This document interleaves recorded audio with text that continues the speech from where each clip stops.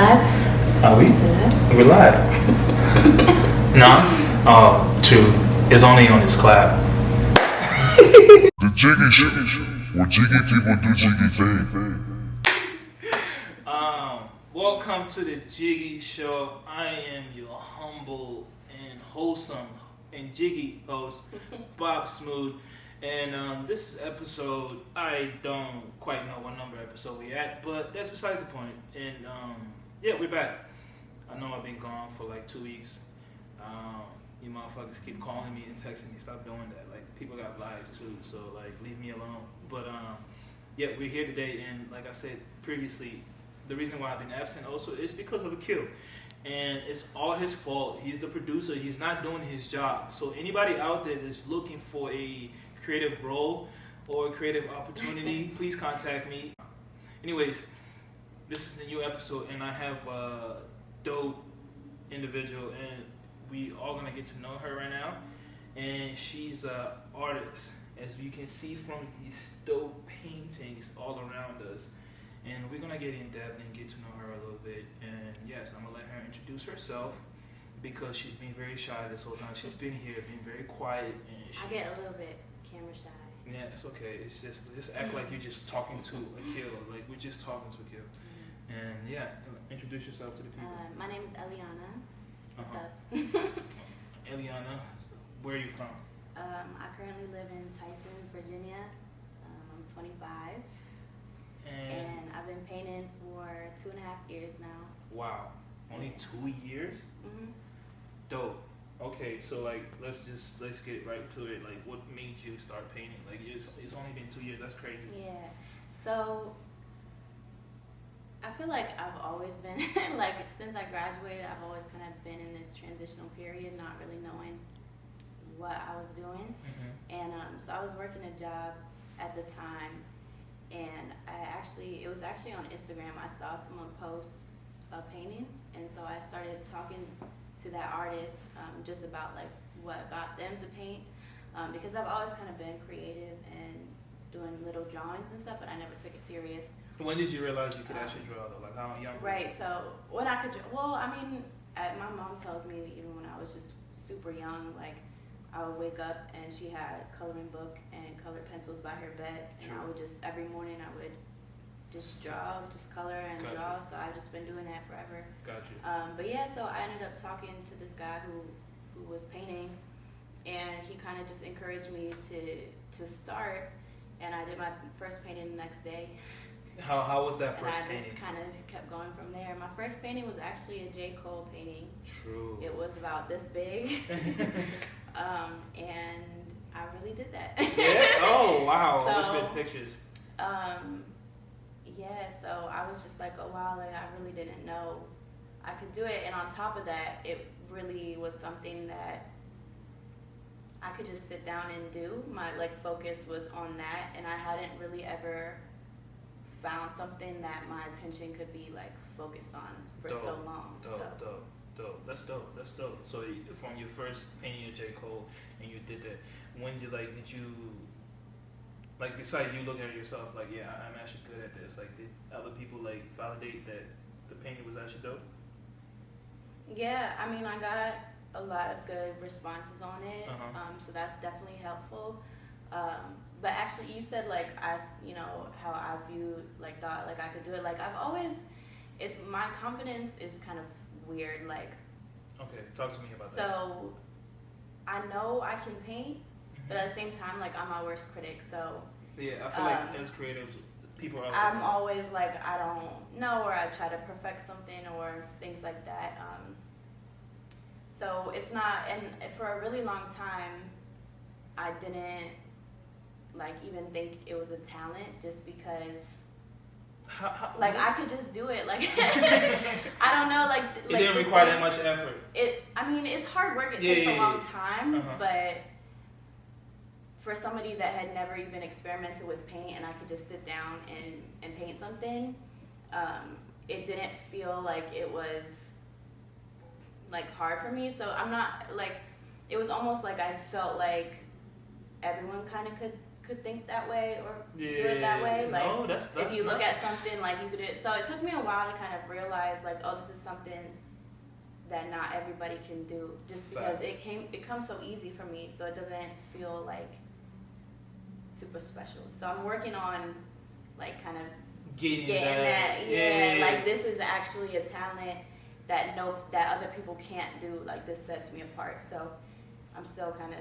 Well, let me Yeah. tell you that. Let me tell you that right now, you are mad talented. I could never do stuff like this, and I kind of envy you low key though, cause like I always I hate to even qualify myself as an artist because like I can't do shit like this. Like I think I'm like I can't do stuff like this. This is amazing. We're gonna talk about this painting in a little bit. As you can see, I hope you guys can see all of these paintings. But I can't do stuff like this, and I tried before, and I failed horribly. So I'm gonna tell you that right now, if you don't believe in yourself, you're very talented. And but like, so I wanted to get like a little personal and a little deeper too. Like you said, your mom used to tell you that you used to paint when you were younger, and like, but you never really like took that serious growing up. Ever. No. I never like. What were you into though? I was a hardcore, like, very competitive gymnast. So okay. that was like my life. I was training every single day, 4 or 5 hours.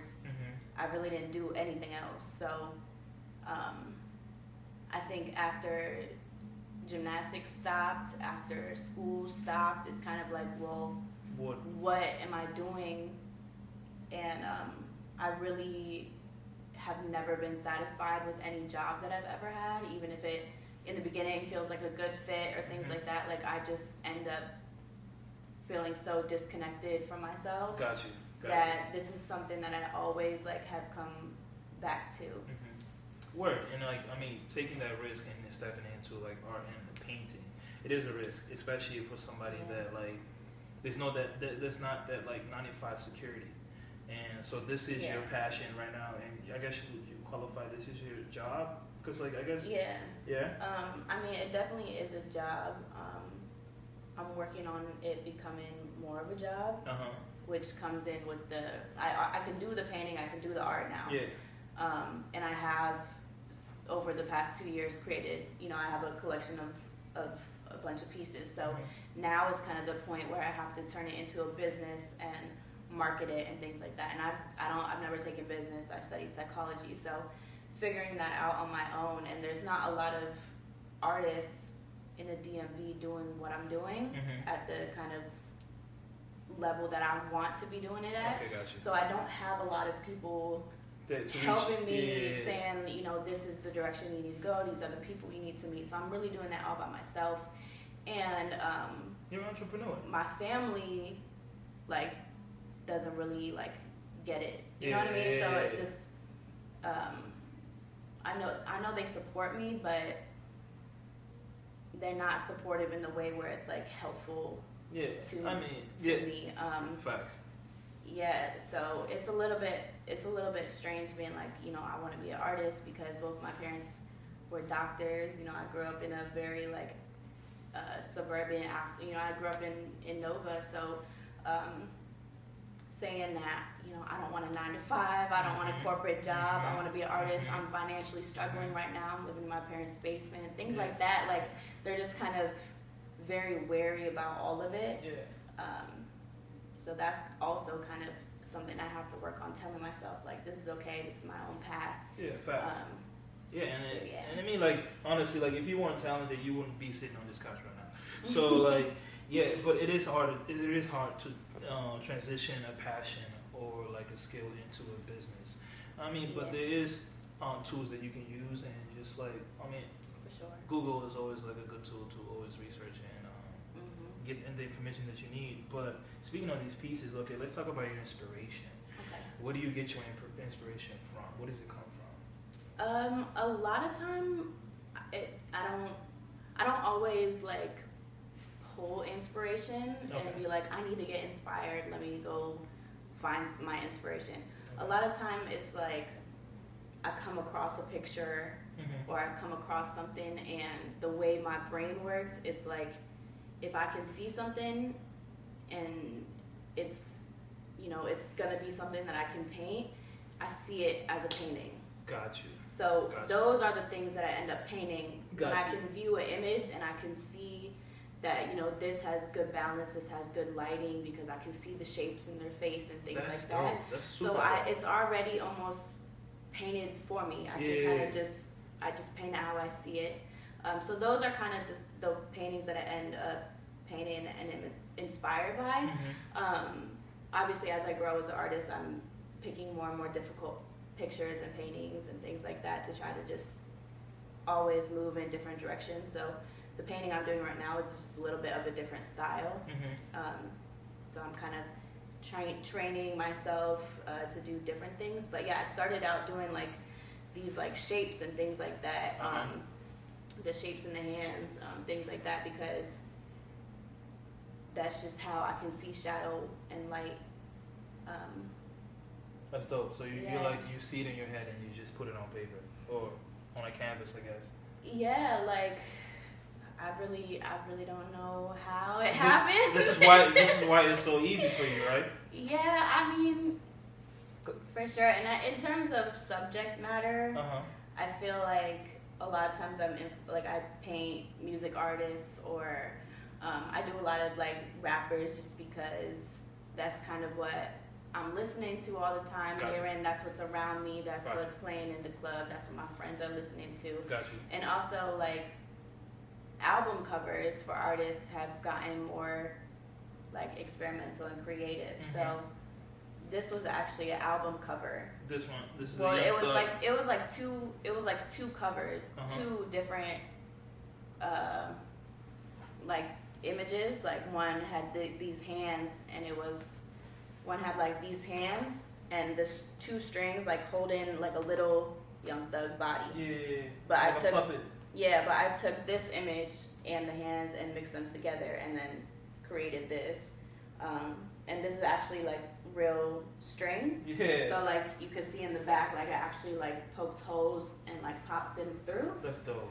And these are real crystals and things like that. So this is one of my favorite paintings, since this was the first time I actually experimented with like multimedia use. Got you. And that kind of moving forward from this, that became like my style. Like I love picking pictures and paintings that have jewelry in them. Got you. So that I can like add kind of a three-dimensional element to it. Yeah, like mosaic, like, right? Yeah. Yeah, I did a sculpture in like that's in like actually in Maryland for a community center for like full of mosaics.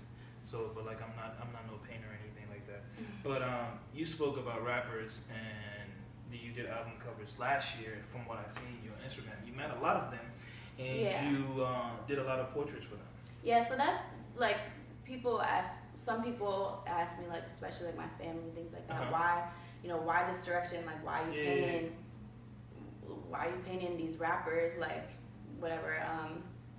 And like honestly, my first commission piece was for Shy Glizzy, because DC's very own. So I was, at the time, my art was up in Kickspot. Dope. Yeah, up in Kickspot. He's always there. In DC, he was always there. So I was live painting, and he saw my work, and then messaged me to do a painting of his family. So that was kind of the first time I was like, okay, I can, everybody has connections, but when you think about like how far you are from somebody else, like I'm really like only one person away from these rappers or from these artists, because I know a lot of people in the city that know, Shy Glizzy. Shy Glizzy knows this person. So it's all like a web of networking. Yeah. So doing these rappers, doing these artists, kind of started out just because that was something that I knew I could kind of get exposure a little bit more quickly, just because I knew how to go about meeting these people. A lot of people don't have that. I don't have that. Yeah, so that's kind of lucky. I mean, it's not just luck that I like met them. Your work speaks for itself. It really, it's not like a lot of people see like the pictures of me and a celebrity, and they're like, oh my god, like you're at this status now, or they think that they're buying my art, or asking for my art. It's really not. It's like really me hustling. Like I do a painting, I give it to them for free. All I'm getting out of it is a picture. And I mean that's been very helpful, but people don't kind of understand that. Yeah, it's marketing. They're taking a painting that I've put a lot of work into. So I'm trying not to do that too much anymore. A couple times I've just had them sign it and then take it back with me. But yeah, I also, after doing it for the past like 2 years, I still love doing that subject, but I also don't want to fall into the category of like fan artist. Got you. Because I'm not like a. Got you. I've never, my personality, like I've never been like, oh my god, like that's a celebrity, like fangirling. You know, they're just regular people. There's nothing special about it. So I really don't want people to take my art that way. The reason I've been doing these artists is it helps me. Yeah, you're marketing right, yourself. So it's like the right it's approach. really no other reason. Yeah, it's the right approach. It's dope. And then speaking of all these paintings, this one is my favorite, to be honest. And I wanted to, and it looks like the most difficult painting right here. Yeah. And I was gonna ask you, like, which one of these that you brought today took like the most time, and which one was the most difficult for you to do, and why was it so difficult? We got Nipsey in the back. Rest in peace. I mean, I would say they're all about the same like difficulty level. This one was difficult just because it's a different style. Okay, got you. Than I normally play around with. And what inspired this one? So this is actually a photograph that my parents have in their bathroom. My dad took this photograph. I believe it was like when I was really young, we went to like Disney World, and you know how they have people like dress up as like statues, like live statues? Got you. So she was dressed up as like this earth woman, and I mean obviously super beautiful. So my dad got this amazing picture and it's hanging in their bathroom, so I decided to take this picture, kind of blow it up and paint it for their anniversary. And that's what we got. That's a dope present, to be honest. I might need you to do a painting of me, if that's okay. And speaking of that, when people reach out to you, be like, yo, can you make a painting of me? Can you do that? Like, how do you calculate like the hours that you're gonna put in, and how do you calculate how much you would charge somebody for that? Right. How does all that work? Speaking on a business aspect. So that's honestly one of the most difficult questions and things to figure out as an artist is how to price your work, because I want my work to be accessible to people and people to have my work, because that's how you get exposure. And you know, if people have my art and they tell their friend and things like that, so I want people to have my art. Facts. But at the same time, my art takes me a very long time. So I'm putting in a lot of my time and effort, and then you're getting a really good product. So I don't want to sell myself short, and I don't want to, you know, this is my living too, so I need to price it at a point. So in the beginning, I was kind of thinking about pricing my stuff based on the hours it took, but because it varies a lot, it's very hard to kind of give people quotes like that. So now I've been kind of taking the direction of taking the measurements. So this would be a 16 by 20. I got you. And like adding those. So that's 36, and then you can kind of times that by the square inch. So however much dollars you want, $5 per whatever, then you times that by the 36. That's how you get your price. Gotcha. So it makes it a little bit more standardized. But yeah, most of the time I do like charge a little bit more for a commission. Like if you send me a personal picture, as opposed to buying art that I've already created for myself. But yeah, so commissions are a little bit tricky for me just because I'm super stubborn. I'm super stubborn, and I don't like doing anything I don't want to do. So I have the best time, obviously, doing the paintings that I'm inspired by, and I do them quickly because I want to get them done. But sometimes commissions, you know, if someone's grandfather, things like that are not really things that interest me or I want to do. Like my mom has suggested to me many, many times to draw portraits of people's pets, because that's a really big market. And that just really, like, that's not you. I'm really not trying to draw like your dog. I don't know. That's just never been interesting to me. I don't think that would be fun for me to paint.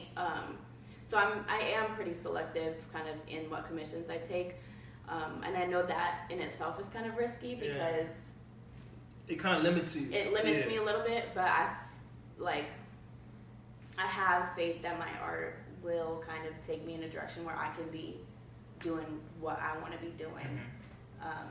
But what about if somebody comes up to you, even though it's like something that, let's just say, I want you to pay my dog, and the price is right.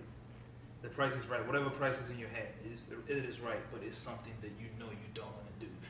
Do you force yourself to do that? Yeah. Okay, got you. Yeah. Got you. Yeah. Okay.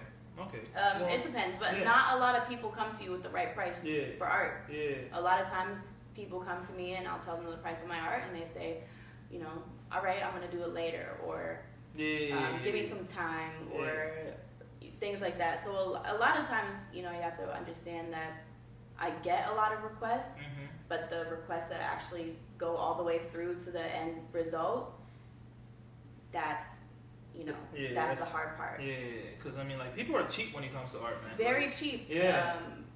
Entrepreneurs, cheap. period. Like, I feel like when you are, especially when you're starting out, and like I guess when you don't have that validation from the masses, people measure your work based on how many people are exposed to your work. Right. So if a lot of people are not that exposed to your work, they're probably like, all right, like, she's not really that great, so like, why would I put so much of my money into it?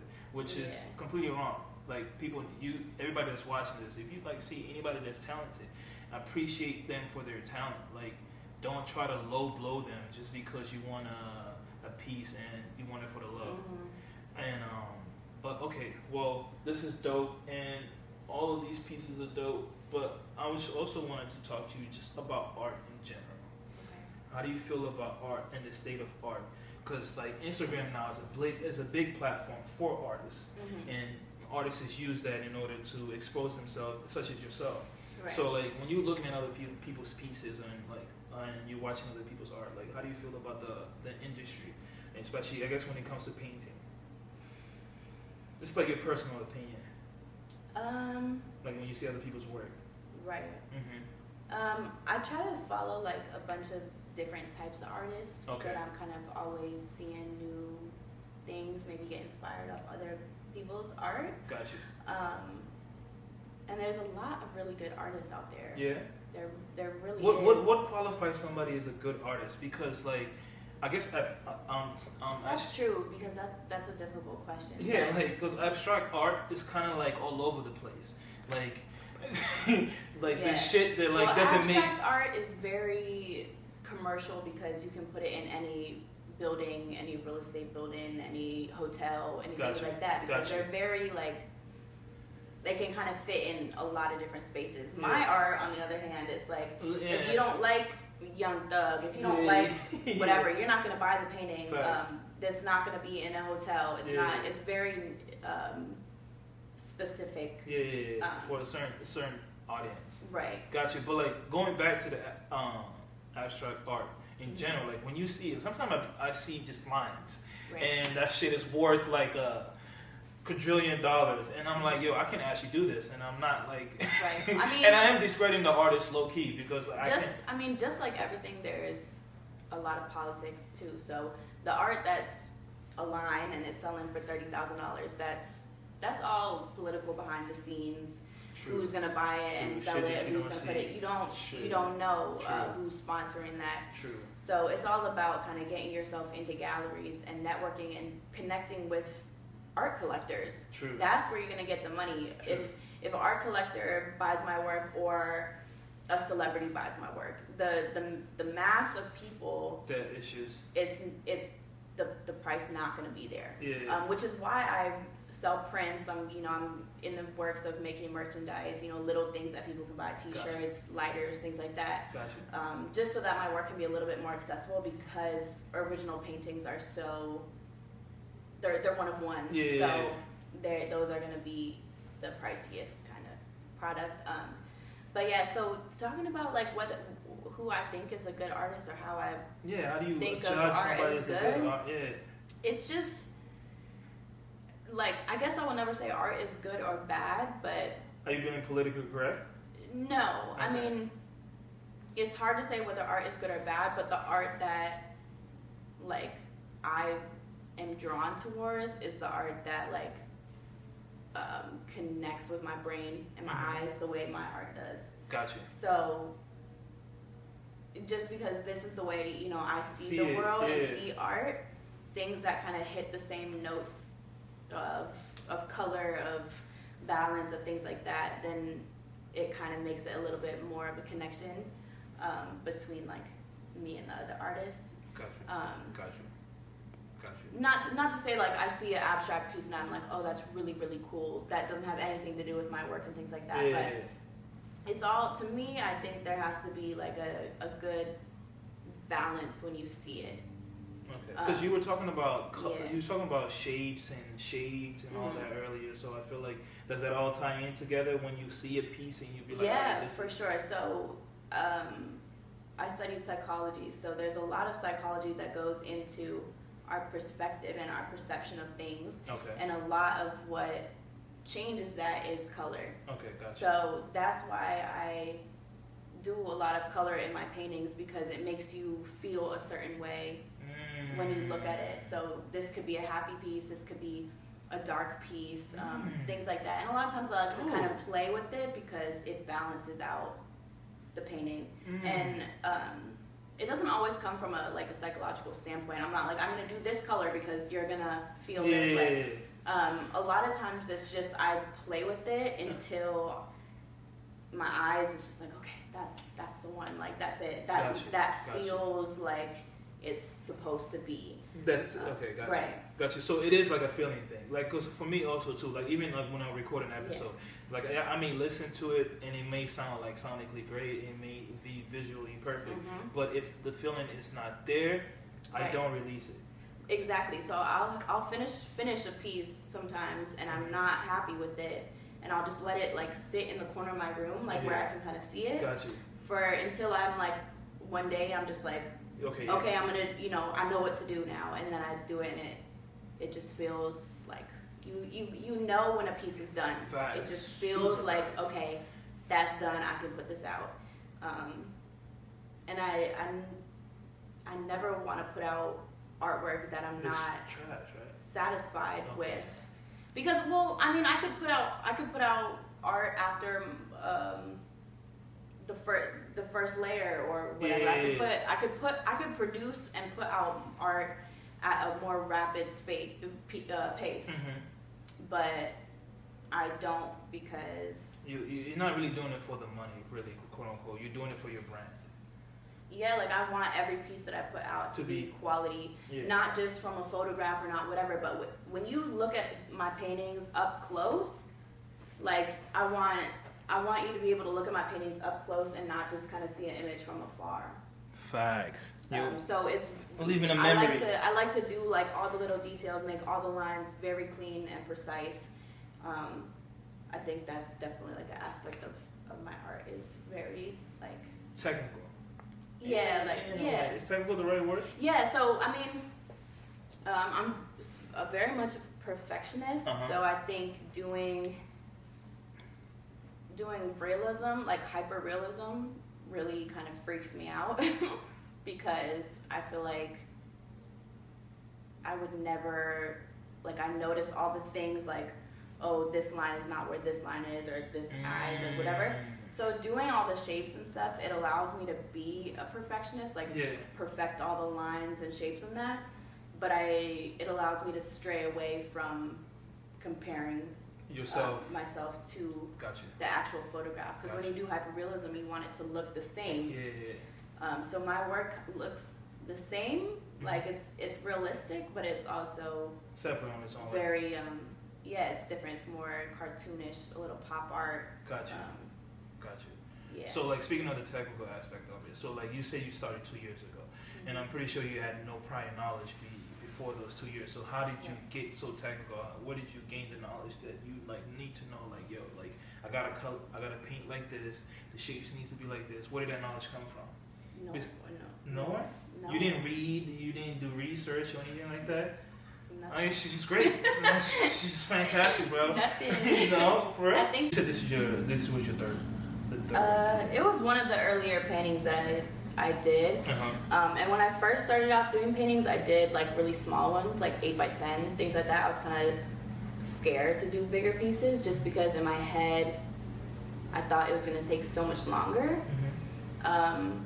And they do take longer, but in reality, they're pretty much the same amount of work because the smaller you get, the smaller the details are. True. So as I started doing like a little bit bigger paintings, that's actually what I'm more comfortable with now. I don't want to go back to small paintings because those are actually really difficult and they take a lot of time, but they end up being small and people think they didn't take that long. It's smaller, so give it to me for $50. Gotcha. People are cheap, man. Yeah. But also, like, all right. So you say you can't teach anybody. Well, Can you teach me? So I'm actually a good teacher. I posted Sip and Paints for about the last year. Wow. That's lit. So I actually I'm good at teaching a class, teaching people. But in terms of like teaching how I do art, yeah, you can't do that. You can't. It's very hard just because I can't tell someone to see what you see, what I see. Facts. I can show someone, so I can be like, here's the photograph. Do you see this light area on their face? Word. Paint that. Word. Do you see this shadow? But in terms of creativity and things like that, like you can't really teach somebody. You can't teach that. Yeah. And then okay, so like in terms of also of difficulties though, like for like a beginner such as myself, if I were to pursue and start painting, like what would you advise me to do, and like what steps should I need to take, like what would be the starting step? Yeah. So when I first started painting, I actually didn't go off of straight photographs. I would paint other people's artwork. Okay. Does that make sense? Okay. So I would find like a piece of art or something that I really liked that was already in the style that I liked. So a lot of times like I would practice or do my art off of digital art. Okay. Because a lot of digital art is kind of those shapes and lines and more cartoony things like that. So I would find a lot of inspiration from digital art and kind of replicate it. And that's how I got more and more comfortable with doing the shapes. And then I kind of transitioned into doing the photographs just because I wanted my work to be original. Gotcha. You know, you can't copy other people's work and sell it. So that's kind of what I would. You have to take like little baby steps. So work off other people's work at first, just to find like what you're comfortable with, or you can even trace in the beginning, things like that. So it's all about just little. Every time you do a painting, kind of push yourself just a little bit more, and eventually you just get better without even knowing it. Like, to look at my paintings now and to look at my first few paintings, like you can see the growth in both the technicality, like how I paint, and also the subject matter. True. Yeah. Okay, that's dope. Yeah. Okay, that's dope. So like I've talked to a few artists. Like I said, like I did a mural in Maryland with an artist in DC, and she had mentioned to me that she can't draw, but she can paint. I don't like drawing. Alright, that's a lot. No, but that's I don't like drawing. Alright, that's the thing. Why is that though? Like I never understand. I feel like it should go hand in hand. The reason I paint and I do the shapes that I do, it looks cool, but in all honesty, I started doing that because it was almost like a cop-out. True. Because I really hate shading. Like, I don't want to take a pencil and shade all the stuff. So I see already in shapes. Yeah. So it's very hard to try to trace the shapes. No, to shade like have everything blend in shade. So that's what I'm working on now. My newest piece is a Kobe piece, and I'm blending it all together as opposed to I've seen that doing all the shapes. Yeah, I've seen that. Right, so I'm working on kind of doing different things. But pencil, I mean, it's smudgy. I don't. It's smudgy. You have to shade. It's not colored. Like I like to paint in color. More vibrant. So I don't get the pleasure that I get from painting when I draw. But you can draw too. Yeah, I can draw. Okay, cool. Okay, well. So I draw all of these before I paint them. Okay, I got you. Right, so I sketch them out. I got you. You don't just straight up just start painting. I mean, I can, Gotcha. but Which that's one is risky. what's easier? What's more? Or what's better? I guess like for the product to come out perfect. Like what would you Draw advise? it first. Draw it first. Because a lot of time, like, you know, you find the image on your phone, your computer, and then you have to make it bigger. Got you. Yeah. So you kind of have to draw it out unless you are super good with proportions just on the first try to paint it. I've done a piece. I've done a piece where I didn't really like draw it all out. Mm-hmm. You know, like I kind of did like the outline of the head, but then I just painted everything in. So I can do it that way, but it's definitely like a little bit more challenging when you don't have that foundation down where you can kind of see where everything is. Done. Yeah. Got you. All right. So like going back to the state of art and where art is right now. So like again, going back to Instagram being a big platform, what do you see the I guess the art being in the next few years? Like where do you see the progression of art, like, and the My art appreciation? or, like, Yeah, your art specifically too, and just like in art in general, like the appreciation. Do you see people appreciating art more? Do you No. see? No. Why? What? I thought. I was expecting it. I know Yes. that's very cynical, but Yeah, I think why? that there's always this. I mean, the hope, like my hope for my art is to get more people to appreciate art and have visual art become more a part of our social atmosphere. Just like music is so Exactly. everywhere. Yeah, Everybody exactly. listens to music. Exactly. Everybody likes art. People have art in their house, things like that. But I don't think that there's the same appreciation for art as there is for other talents, just because it's a tangible product that you don't need. You don't need one of my paintings. Unless you want one of your paintings. Unless you want it. So to change the way people kind of accept art is like, what do you think artists need to do in order to fulfill that? You as an artist, obviously. well, I mean, I'm trying to make art just a little bit more mainstream in my age group, my like surroundings, things like that. So that's why like sometimes I'll give art away in a club. Gotcha. So I did a Tory Lanez piece, I seen and that pic.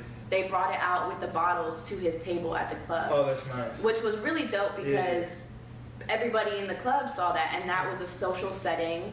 Music was playing, so people remembered that as opposed to like going to an art gallery. To me, art galleries, unless the art is super interesting, art galleries are kind of boring. Word. Because you just walk through and it's like, okay, cool. All right, I'm out. Facts. Super facts. So I'm trying to figure out a way where it's like, if, this year one of my goals is to have my own art show. Dope.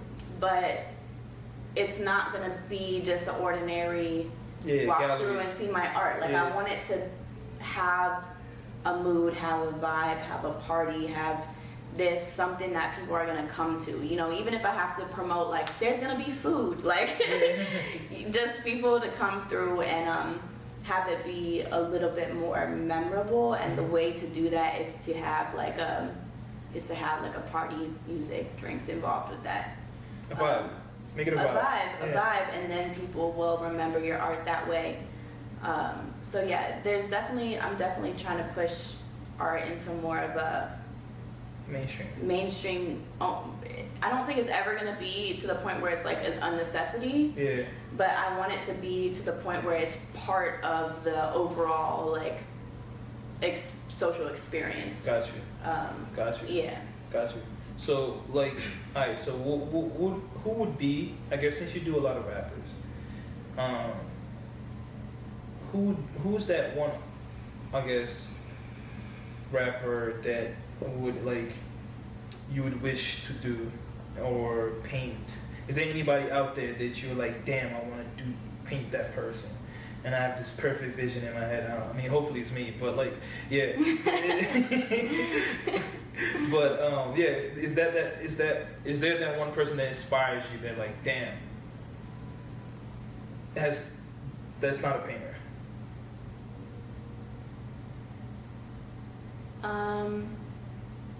I mean, I'm sure there's a lot, none off the top of my head where I'm like, I have to do them. Mm-hmm. Is there ever a thing when you even like you talked earlier about when you see pictures and you see that I can paint this? Is there ever a thing where you see a picture you're like, damn, I have to do this? Okay, word, got you. Right, so it comes associated with an image as opposed to like you knowing who that person is. This person is like, because like I said, I don't really like fan out to a lot of people. Got you. So I don't really be like, oh my god, I have to paint him. Like, it's not about that. It's more about what the art will look like in the end. So if that person makes a good subject for a painting, sure, let's go for it. Got you. All right. So like, and I don't really know how this goes hand in hand or how it's even like work out. Like, how does the collaboration work when it comes to like making a piece? Like, have you ever collaborated with another artist? I haven't. I would definitely like to. I think. Does one person do one part and the other person does the other? Is that how it works? Yeah. I mean, like, I'm not living with the other person. You know what I mean? So you kind of have to transfer the art. So maybe it would be like I do parts of the art and then I send it and then they can finish it up. But there's definitely a conversation beforehand where the design is collaborated on. So either it's like you see a painting and you can see my artwork and see their artwork and it's very distinct but on the same canvas, or you can work with the other artists and create like a whole new product that combines the two different styles. There's a couple ways of doing it. I mean, I haven't done a collaboration, but I would definitely love to, and I would definitely love to do collaborations with like clothing designers, just because I've been doing a lot of jackets and things like that with my paintings on them, and that has become he's falling over in the background. That has we may have to talk after this podcast. So doing the jackets has made my work a little bit, it's been helpful in terms of like people reaching out and wanting my work. Not everybody wants a canvas or has the money to put a canvas in their house, but people wear jean jackets all the time. So it's something that you could wear, and it's good exposure too, because if someone walking down the street is wearing my jacket, that produces kind of a conversation too. So I've been focused a little bit more on putting my work on clothing. Just because that is something that is more of a necessity, feels like more of a necessity, or something that I need and want more so than a painting, a canvas painting. Gotcha. All right, speaking of inspiration, is there artists out there that like motivates you and inspires you? Like, I think you're like the Picasso of my generation, or like I look at you as like, yeah, it's that person is in a high pedestal. Is there artists out there that you view like that?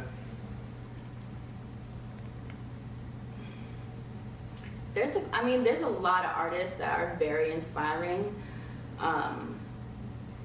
in different ways because everybody has their own different styles. Got you. But there's anybody that like, wow, like you are it. You're a Michael Jordan of art in your eyes. So there is this one person that I follow. His name, let me look it up. Is Peter Perlegas. I don't know how to pronounce it. Perlegas. And his art is so dope because it's so realistic, but he does a lot of like jewels, so like diamonds, things like that, and a lot of like lips. Yeah. But he draws them so like realistically with like money, skulls,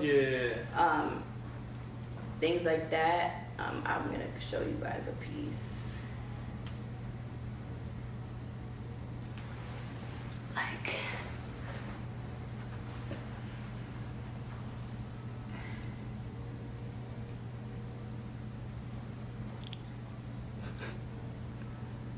I can add that in there. so that's just like one of his pieces, but he does a lot of lips and stuff. I'll add it in the video. And diamonds, and I just really like his work. And he does a lot of like, there's a top coat for painting called like resin, and he was the first person I've seen he puts automotive flakes in his paint, in his resin top coat, so the little like flecks of gold metallic that you see in like car paint. Got you. He puts the little flecks like in the clear resin, and he puts it on top, coats his entire painting, so they're like very sparkly, shiny after all of the like shine that he just gets from his painting and things like that. I just find it super incredible. So that's who you would consider like on that pedestal. Yeah, I mean his work is just so. Word. I just really like his work. It actually, so I said like he put the gold flakes in the resin. So I actually on Nipsey his wing.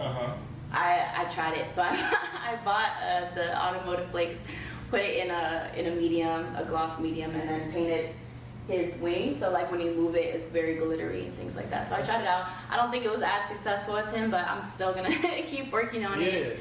Yeah. Okay, so like you have a goal for 2020 when it comes to art and your paintings.